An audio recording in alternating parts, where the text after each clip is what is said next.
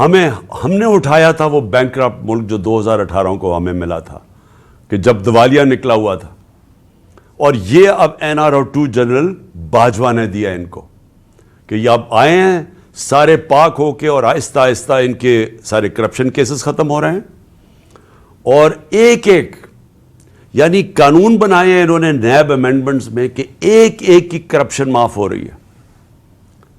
اور افسوس کی بات یہ ہے کہ سلمان شہباز واپس آتا ہے، ہار پہنائے جاتے ہیں اس کو، اور اس کے بعد وہ پوری پریس کانفرنس کرتا ہے کہ کتنا ظلم ہو گیا سلمان شہباز سے۔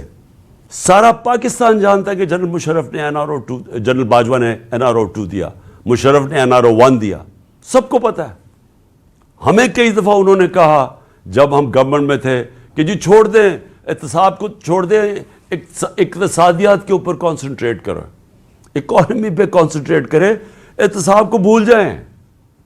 ہمیں فیٹف کے اندر انہوں نے ان کی طرف سے آئی ریکویسٹ کہ جناب فیٹف میں ان کو NRO2 دے دو، یہ اپوزیشن کو۔ تو ہمیں تو پتہ ہے کہ NRO2 کس نے دیا ہے۔ تو اگر اعظم سواتی نے یہ ایک ٹویٹ کر ہی دی، یہ اس کی اتنی بڑی سزا تھی کہ اس کو پہلے پوتوں اور پوتیوں کے سامنے گھر میں 3 بجے گھس کے مارا گیا، پھر اس کو ننگا کر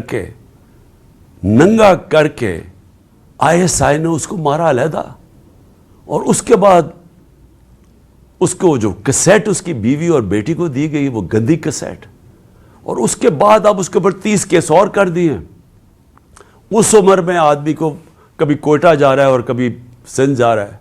میں ایکس پرائم منسٹر پاکستان کا، مجھے پتا ہے کس نے گولیاں، کس نے میرے اوپر قاتلانہ حملہ کیا، مجھے پتا ہے وہ کون ہے۔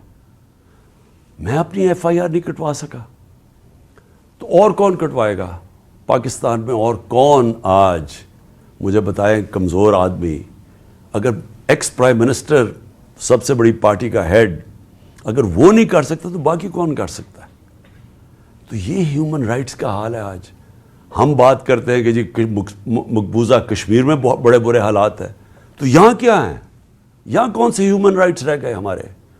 اور مجھے بڑے افسوس سے کہنا پڑتا ہے، میں پوری رسپیکٹ سے میں اپنی اعلیٰ عدلیہ سے پوچھنا چاہتا ہوں کہ دیکھیں اگر آپ ہمارے فنڈامنٹل رائٹس کی، اگر آپ ان کی حفاظت نہیں کریں گے تو اور کون کرے گا؟ کیوں کوئی باہر سے آ کے ہمیں کرے گا؟ ہم بار بار یہ کہہ بیٹھے ہیں ارشد شریف کی والدہ کی فریادیں سنیں، ہمیں پتہ ہے اس بیچارے سے کیا ہوا ہے۔ اگر وہ نہیں اپنی FIR کٹوا سکتی، ایکس پرائم منسٹر نہیں کٹوا سکتا، اور میں یہ بھی سوال پوچھنا چاہتا ہوں کہ کیا جنرل مشرف کو جب ہم تنقید کرتے تھے، اور ہم کھل کے جنرل مشرف کی تنقید کرتے تھے، تو کیا ہم فوج کی تنقید کر رہے تھے؟ سب کو پتا تھا کہ جنرل مشرف کی ہم تنقید کر رہے ہیں۔ آج اگر میں جنرل باجوہ کی جو بھی تنقید کرتا ہے، جنرل باجوہ نے وہ پاکستان سے کیا جو دشمن نہ کر سکے۔ 7 مہینے کے اندر وہ اکانومی جو اپنی 17 سال کے بعد بہترین پرفارمنس دے رہی تھی، اس کو آج اس نے زمین پہ ڈال دیا ہے۔ آج پاکستان کے لوگوں کو یہ نہیں سمجھ آ رہی کہ اب پاکستان جائے گا کدھر۔ ہمیں تو یہی نہیں سمجھ آ رہی کہ اب اس میں سے نکالے گا کیسے کوئی۔ ہمیں تو یہی نہیں سمجھ آ رہی کہ یہ جو چور اوپر ہمارے اوپر مسلط کر دیے گئے ہیں، سوائے اپنی چوری بچانے کے لیے پتہ تو بتائیں کہ انہوں نے اس اکانومی کو ٹھیک کیسے کرنا ہے۔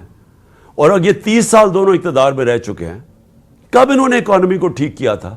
یہ تو جب سے آئے ہیں پیسہ بنانے کے چکر میں ہیں، اور ان کے پیسے معاف ہو رہے ہیں اور ملک بھی نیچے چلا گیا ہے۔ کون ذمہ دار ہے اس کا؟ تو یہ ہمارا رائٹ ہے، یہ میرا جمہوری رائٹ ہے یہ کہنے کا۔ اور میں آپ کو پھر سے یہ کہہ دوں کہ میں یہ باتیں اس وجہ سے، یہ قاتلانہ حملہ میرے اوپر ہوا تھا میرا منہ بند کرنے کے لیے۔ یہ منہ نہیں بند ہونے لگا، یہ جب تک میں زندہ ہوں میں اس ملک کے لیے کھڑا ہوں گا، اس ملک کی آواز بلند کروں گا۔ میں کسی صورت اپنی آواز بند نہیں کرنے لگا۔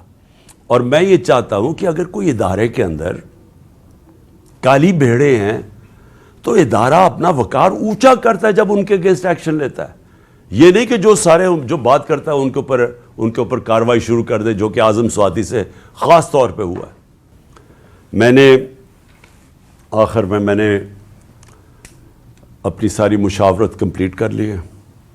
میں انشاءاللہ 17 تاریخ کو ہم ایک ہماری پارٹی کی گیدرنگ ہو رہی ہے بڑی لبرٹی چوک کے اوپر, اور انشاءاللہ لبرٹی چوک میں اپنے خطاب کے اوپر اپنی قوم کو ڈیٹ دوں گا جب ہم 2 اسمبلیز, ہماری جو پختونخوا کی اسمبلی اور ہماری جو پنجاب کی اسمبلی ہے, اس کو ہم ڈیزالو کریں گے, اس میں سے نکل کے ہم الیکشن اناؤنس کروائیں گے.